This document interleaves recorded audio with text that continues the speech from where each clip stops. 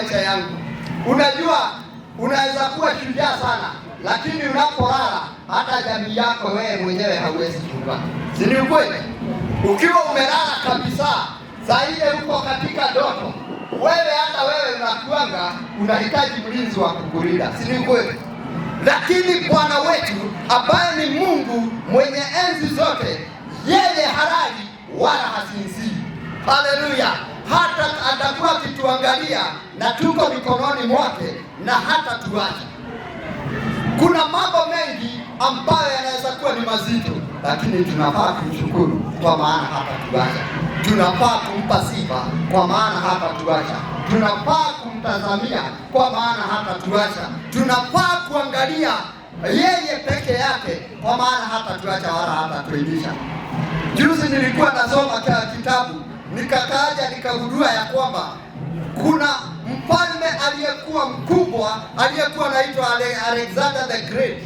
Alitawala na nusu ya bara ya Ulaya na akatawala hata hapa Afrika, nchi kama Misri.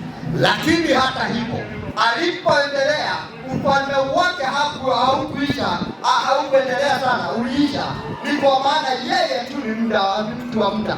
Lakini tunaye Bwana ambaye ni mfalme wa wafalme na ni mwema kwetu.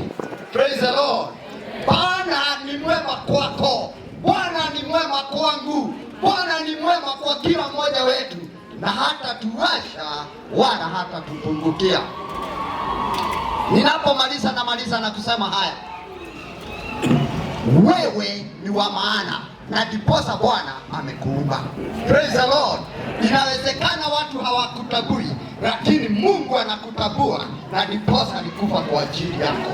Anakutambua kwa maana wewe ni wa muhimu. Kama haungekuwa muhimu, hangekuja wakati huyu alikuja.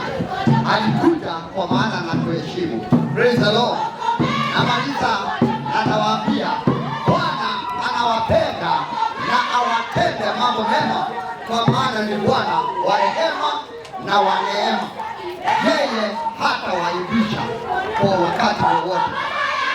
Tazama, niwaambie, Yesu ni mfalme wa wafalme na hata acha kutupenda sisi kama watu wake. Haleluya! Haleluya! Haleluya! Haleluya! Yesu ni mwema na anawapenda. Nashukuru kwa maana siku ya leo tuko mahali hapa kuleta mambo yale yanatupasa.